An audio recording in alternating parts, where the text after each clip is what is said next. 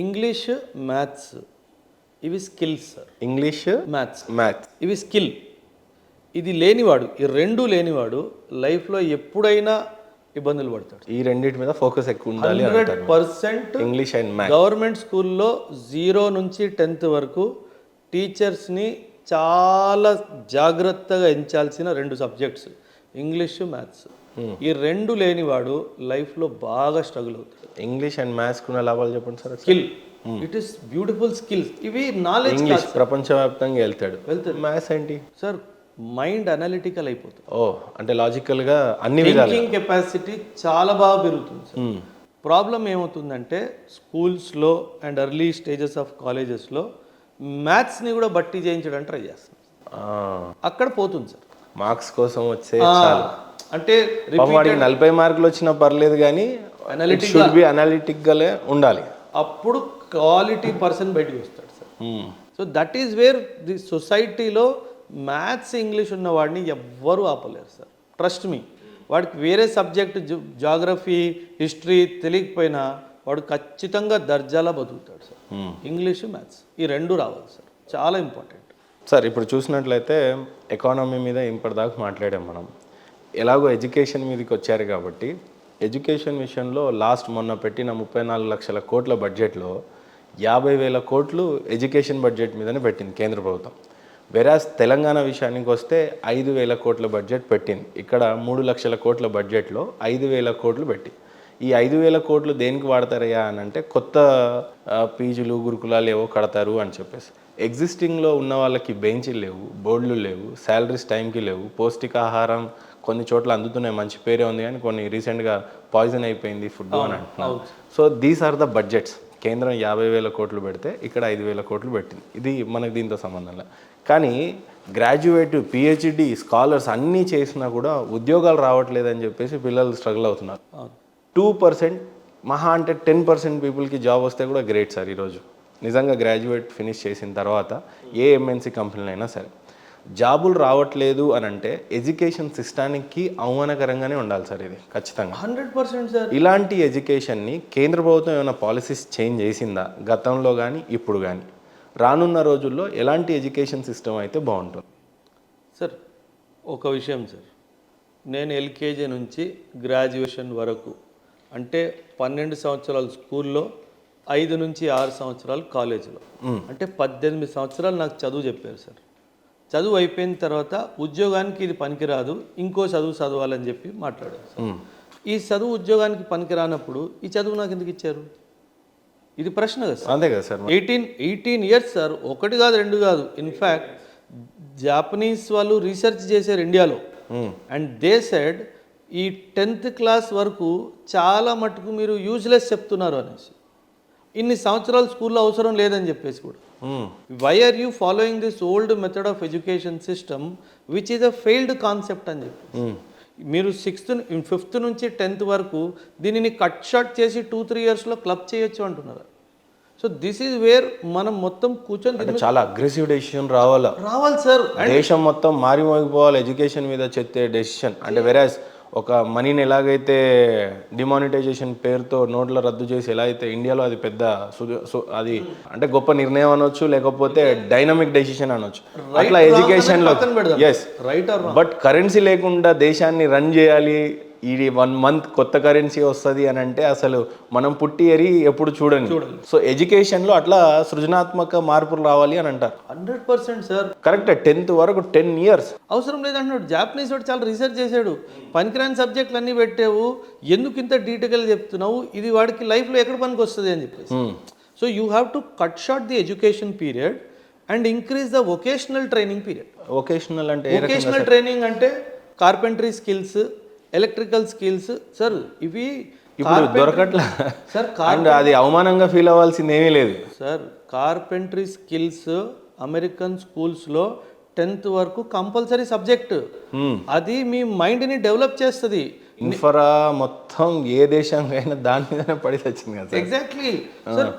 మీరు ఒక పిల్లవాడికి ఒక హెక్సా బ్లేడ్ ఇచ్చి, వుడ్ లాగిచ్చి దీంతో టేబుల్ తయారు చేయరా అంటే వాడు మైండ్ అప్లై చేయాలి. మైండ్ అప్లై చేస్తే ఉపయోగపడిద్ది వాడికి, అది వాడికి డెవలప్ అవుతుంది sir. It will develop your normative capacity. అందుకే కార్పెంటరీ స్కిల్స్, మీరు యూట్యూబ్లో కొన్ని వీడియోస్ చూసి ఉంటాడు, ఒక మనిషి ఇల్లంతా తయారు చేసుకుంటాడు. మనోళ్ళు బీటెక్ ఎలక్ట్రికల్ ఇంజనీరింగ్ బల్బు మార్చడం రాదు. షాక్ వస్తుందని ఇప్పటికీ భయం, వాడికి కటింగ్ ప్లేయర్ పట్టుకోవాలంటే. అర్థమవుతుందా? వాడి ఎడ్యుకేషన్ ఎక్కడ? ఎందుకంటే నా ఎడ్యుకేషన్ సిస్టంలో వొకేషనల్ ట్రైనింగ్ లేదు సార్. కానీ ఇక్కడ ఒకటి గమనించాలండి ఆడియన్స్ కూడా, టు బి వెరీ ఫ్రాంక్, ఒక గూగుల్ లాంటి సంస్థ, అమెజాన్ లాంటి సంస్థ ఏర్పడాలి అని అంటే ఖచ్చితంగా ఫస్ట్ ఇన్ఫ్రా డెవలప్ చేశాకే కుర్చీలు, టేబుళ్ళు, స్లాబ్లు, ఫర్నిచరు, ఈ కంప్లీట్ ఇంటీరియర్ అంతా అయ్యాకనే ఎంప్లాయీస్ని హైర్ చేయడం కానీ ఏదైనా కానీ జరుగుతుంది. వాడికైనా అది కాస్టింగే. రేపు నువ్వు ఇల్లు కట్టాలన్నా నీకు కావాల్సింది అదే ఇంటీరియరు, అదే ఆక్సాబ్లెటు, అదే టేబుల్ తయారీ. ఇది నీకు అప్పటి నుంచి అర్థమవుతుంది అని అంటే you will see a very beautiful interior. Sir interior కాదు సార్, ఎనీథింగ్ మనిషిలో మార్పు వచ్చేస్తుంది సార్. మీరు రిజల్ట్ అంటున్నారు, నేను లోపలిది అంటున్నాను. ఓ ఇంటర్మీడియట్ పిల్లాడు నిజంగా 10 days హాలిడేస్ ఉందంటే వాడు ఇలాంటివి ఇంట్లో చేస్తుంటే నిజంగా అసలు ఎంత ఇది సార్. అది పిచ్చి యూట్యూబ్ వీడియోలు, ఇన్స్టాగ్రామ్లు వదిలేసి, బెట్టింగ్ యాప్లు వదిలేసి ఇవి చేసుకుంటే డబ్బులు రావా సార్? ఇట్లా కాలేజ్ నుంచి రిటర్న్ వచ్చిన తర్వాత 3 రోజుల్లో ఒక టేబుల్ తయారు చేసుకుంటే 8,000 రావా సార్? 3 రోజుల్లో 8,000 రావా సార్? చెప్పండి. అంటే ఎడ్యుకేషన్లో ఎన్ని మార్పులు రావాలి సార్? 1,00,000 మార్పులు చేయొచ్చు sir. This is what China has done. China వాడు ఇదే కదా చేశాడు సార్. ఇప్పుడు మనకు అందరికీ ఒక అపోహ ఉంది sir, why the world goes to China for setting up factories అంటే చీప్ లేబర్ అంటారు. అది false statement. Labour is very costly in China. It is not cheap, it is very costly, but the labour is highly skilled in China. వాడు ఈ sofa, నేను కూర్చున్న sofa 3 గంటల్లో తయారు చేస్తాడు. వాడికి అట్లాంటి ఎక్విప్మెంట్ తయారు చేసుకున్నారు వాళ్ళు. ఓవర్ పీరియడ్ ఆఫ్ టైం వాళ్ళు రీసెర్చ్ చేశారు సార్. చిన్న చిన్న నట్స్, చిన్న చిన్న బోల్ట్స్, స్క్రూ డ్రైవర్స్ ప్రతి ఒక్క స్టూడెంట్కి నేర్పించారు. True sir. యాక్చువల్లీ చైనాలోకి పోతే ఈ సోఫా 3,000కి దొరుకుతుంది సార్. రీసెంట్గా నేను వెళ్ళాను కాబట్టి వాంగ్జౌకి వెళ్ళండి సార్. కానీ ఇక్కడ 26,000, 22,000. పైగా దాంట్లో మీరు మంచి టాప్ క్వాలిటీ బ్రాండ్ లెదర్ని సెలెక్ట్ చేసుకుంటే క్యాటలాగ్స్లో ఒక రేట్ అవుతుంది, నార్మల్ అవుతుంది. True sir, true sir. ఇప్పుడు మధ్యలో ఒక కాంట్రవర్సీ జరిగింది సార్, మీరు గమనించారో లేదో. ఈ పెద్ద పెద్ద ladies bag companies, Gucci bags, ఇవన్నీ చైనాలో మ్యానుఫ్యాక్చరింగ్ జరుగుతాయి సార్. చైనాకి అమెరికా ఇచ్చేది $50 పర్ బ్యాగ్, వాడు అమ్మేది $3,000. ఇప్పుడు అమెరికా మీద పగ తీర్చుకోవడానికి చైనా వాడు మొత్తం వరల్డ్లో రిలీజ్ చేశాడు స్టాక్. నువ్వు $3,000 అమ్ముతున్నావు, నాకు $50 ఇస్తున్నావు, $2,950. $3,000 అంటే ఎన్ని లక్షలు సార్? 2.5 లక్షలు. నువ్వు అమ్ముతున్నావు, నాకు ఇస్తున్నావు $50, 2,400. 2,000కి ఎక్కడ? సో ఎంత వీళ్ళు మోసం చేస్తున్నారు. ఎందుకంటే చైనాలో ఆ స్కిల్డ్ మ్యాన్ పవర్ ఉంది సార్. మన గవర్నమెంట్ దీని మీద స్కిల్డ్ అంతా ఎడ్యుకేషన్లోనే part of education part of అయిపోయింది సార్. మీరు నాకు ఈరోజు మార్నింగ్ 10 o'clock 8 o'clock స్కూల్ ఉంది, 8 to 12 పుస్తకాలు, 1 o'clock లంచ్ అయిపోయిన తర్వాత 1 to 5 వొకేషనల్ ట్రైనింగ్.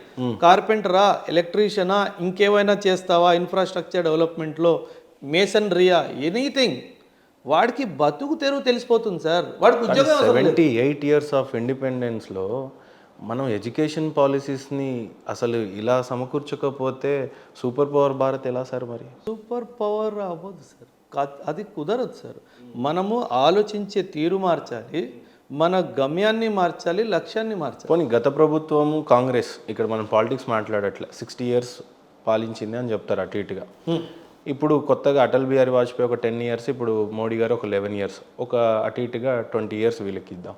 ఏమన్నా పాలసీస్ మార్పులు వచ్చాయా? ఏమన్నా గమనించారా? ద న్యూ ఎడ్యుకేషన్ పాలసీ చాలా మంచిది సార్. ఇప్పుడు ద న్యూ ఎడ్యుకేషన్ పాలసీ తీసుకొచ్చింది చాలా బ్యూటిఫుల్ సార్. ఏ రకమైన పాలసీ వచ్చింది సార్? ఏం చేంజెస్ చేశారు? సింపుల్ సార్, నేను సైన్స్ చదువుతూ సైకాలజీ కూడా చదువుకోవచ్చు ఇప్పుడు.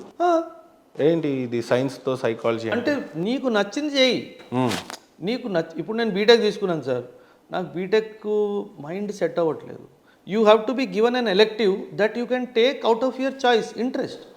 ఖచ్చితంగా నువ్వు చేయొచ్చు. You take psychology, you take philosophy. అంటే మార్చుకోవచ్చు. ఎస్, గతంలో అలా లేదు. న్యూ ఎడ్యుకేషన్ పాలసీ చాలా బ్యూటిఫుల్ ఇన్సెప్షన్. ఫ్రెండ్ జాయిన్ అయ్యాడనో, గర్ల్ ఫ్రెండ్ జాయిన్ అయిందనో జాయిన్ అయిపోతాడు, తర్వాత రాదు, ఐటీ స్కిల్స్ ఉండవు. 85% of the BTech graduates are unemployed after BTech. Unemployed after BTech. BTech చదివిన వాళ్ళు 85%. నేను అంటే 1,00,000 మందిలో 85,000 మంది గాలిగే ఉద్యోగాలు. డిగ్రీ మరి ఏదైనా అదే కదా, డిగ్రీ దొరుకుతుంది. సంవత్సరానికి 2 లక్షలు ఫీజు కడుతున్నాం, కానీ 20,000 ఉద్యోగం రాలేదు సార్.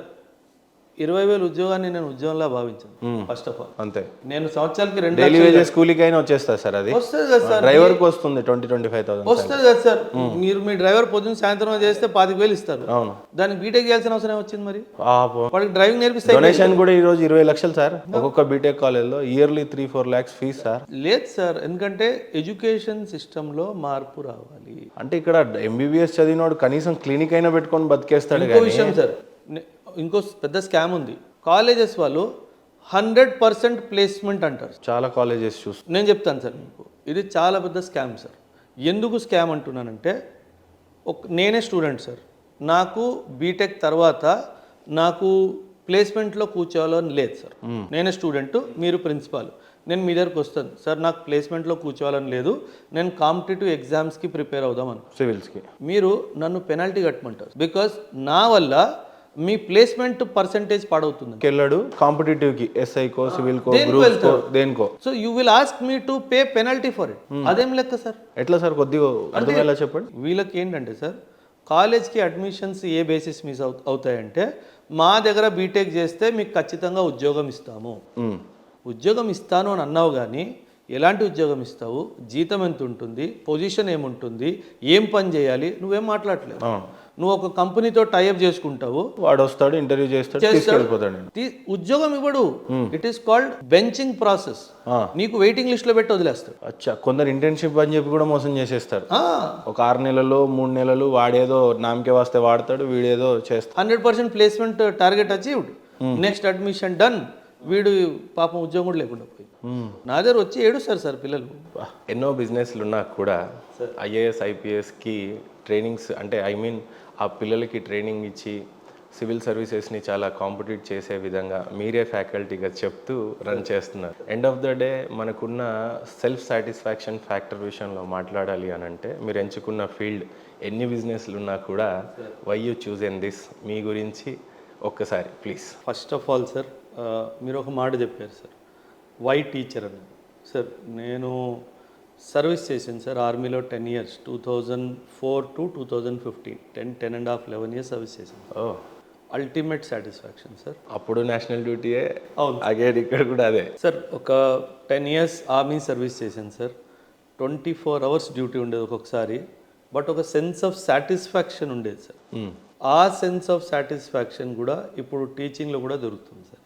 మీరు అన్నారు సార్ బిజినెస్ కాదు, ఏకం IAS అకాడమీ పెట్టిందే ఆ ఉద్దేశంతో సార్. అంటే డెఫినెట్లీ పిల్లలకి న్యాయం చేయాలి, పిల్లలకి మంచిగా చదువు చెప్పాలి అనే ఉద్దేశంతో చేసాం. కాబట్టి ఒక్కొక్కసారి 3 hours కూడా దొరకదు సార్ పడుకోవడానికి, బట్ నెక్స్ట్ డే ఫుల్ జీల్తో వెళ్తాం క్లాస్కి. ఎందుకంటే పిల్లలకి ఎక్స్పెక్టేషన్ ఉంది సార్ మనతోటి. మనం 4 బుక్కులు చదువుకొని పిల్లలకి మంచి చదువు చెప్పాలి అన్న ఉద్దేశం ఉంది. కాబట్టి ఎంత అలసిపోయినా సార్ నెక్స్ట్ డే మళ్ళీ ఫుల్ ఎనర్జీ ఉంటుంది సార్. ఏ సబ్జెక్ట్స్ చెప్తారు sir? Sir Indian political science and international relations sir. So this is my main subjects. ఇది కాకుండా ఎథిక్స్, ఎస్ఏ కూడా నేను చెప్తాను సార్. నా political science international relations sir probably ఇండియాలో ఏకైక ఇన్స్టిట్యూట్ నేను సీట్స్ ఫుల్ అయిపోయాయని బోర్డు పెడతాను. నేను తీసుకోను సార్. నాకు క్లాస్ రూమ్ నింపేయాలి, ₹1 కోటి వచ్చేయాలి అన్న ఉద్దేశం కాదు. నేను పర్సనల్గా కౌన్సిలింగ్ చేసి స్టూడెంట్ సీరియస్గా కనిపిస్తేనే అడ్మిషన్ ఇస్తాను, లేకపోతే ఇవ్వదు సార్. ఎందుకంటే నాకు టైంపాస్ క్యాండిడేట్స్ అవసరం లేదు. ఎంత సాటిస్ఫాక్షన్ ఇచ్చింది సార్ ఇన్స్టిట్యూట్? 100%. IAS IPSలనే ప్రిపేర్ చేస్తున్నాము, రేపు కాబోయే IAS IPSలనే ఎంత సాటిస్ఫాక్షన్ ఇచ్చింది సార్? సాటిస్ఫాక్షన్ నేను సక్సెస్తో తీసుకోను సార్, పిల్లల్లో మార్పులో నాకు సాటిస్ఫాక్షన్ వచ్చేస్తుంది సార్. సో నాకు వాళ్ళు IAS IPS అవ్వాలి ఆ కోరిక ఉంటుంది, కానీ వాళ్ళకి మంచి లెర్నింగ్ ఇవ్వాలి, అది నా ముఖ్య ఉద్దేశం. ఓకే, అంటే వచ్చిన రోజు నా దగ్గర క్లాసెస్ అయిపోయిన రోజు మార్పు ఎలా వచ్చింది, ఆలోచన తీరులో మార్పు ఎలా వచ్చింది, ప్రవర్తన మార్పు ఎలా వచ్చింది, ఆలోచించే విధానం ఎలా మారింది, ఇది నాకు ఇంపార్టెంట్. సో ఈరోజు నా స్పెషల్ గెస్ట్ అన్నాను కాబట్టి నా సబ్జెక్ట్కి సార్ చదివినటువంటి చదువులు కానీ కరెక్ట్ రైట్ గెస్ట్ అన్నట్టుగానే అయిపోయింది. కారణం ఏంటంటే ఫర్ ద ఫస్ట్ టైం నేను పుట్టిన ఈ 32 years ఆఫ్ ఏజ్లో నేను చూసిన ఎక్స్పీరియన్స్లో sir, we never talk about GDP. Economy, అవును సార్, పర్ క్యాపిటా ఇన్కమ్, ఇలాంటి విషయాలు ఎప్పుడు మాట్లాడలేదు సార్. అవును సార్, రీజన్ బిహైండ్ ఇండియా కనీసం ఆ కాంపిటీషన్లో లేనప్పుడు we never use to talk కదా సార్. ఎకనామీ అయినా జీడిపి అయినా మనం ఎప్పుడైనా కాంపిటీషన్లో ఉంటేనే దాని గురించి మాట్లాడడానికి వీలు పడేది. అలాంటిది ఇండియా 10th ర్యాంక్లో ఉన్న జీడిపి లాస్ట్ 10 years బ్యాక్ నేను మాట్లాడుతున్నాను. అంతకుముందు ఇండియా పరిస్థితి ఏంటి అనేది తర్వాత చూసినట్లయితే రీసెంట్ టైమ్స్లలో ఇండియా 4th ర్యాంక్కి వరల్డ్ వైడ్ జీడిపిలో చూసినట్లయితే వీఆర్ ర్యాంక్ ఎట్ 4th. అవును. మీరు కూడా నాకంటే ఏజ్లో పెద్దవాళ్ళు చిన్నవాళ్ళు పెద్ద తెలియదు, అయింది sir. I'm more than 10 years elder. But చాలా ఫిట్గా ఉన్నారు కాబట్టి సార్ గతంలో ఎప్పుడు even you suffer army also, but economy గురించి మనం ఆ కాంపిటీషన్లో ఉన్నట్టు కనిపించలేదు, ఎక్కడ మాట్లాడినట్టు కూడా నేను చూడలేదు సార్. అండ్ విచిత్రం ఏంటంటే రీసెంట్గా రోడ్ల మీద నేను చూసినట్లయితే ఆర్సీబీ గెలిస్తే క్రాకర్స్ కాల్చారు, అది ఇండియా క్రికెట్లో గెలిస్తే క్రాకర్స్. ఇట్స్ ఎ టీమ్, ఒక టీంతో గెలవడం, ఓడిపోవడం గెలవడం is fine. End of the day or nation means మనకు ప్రౌడ్గానే ఉంటుంది.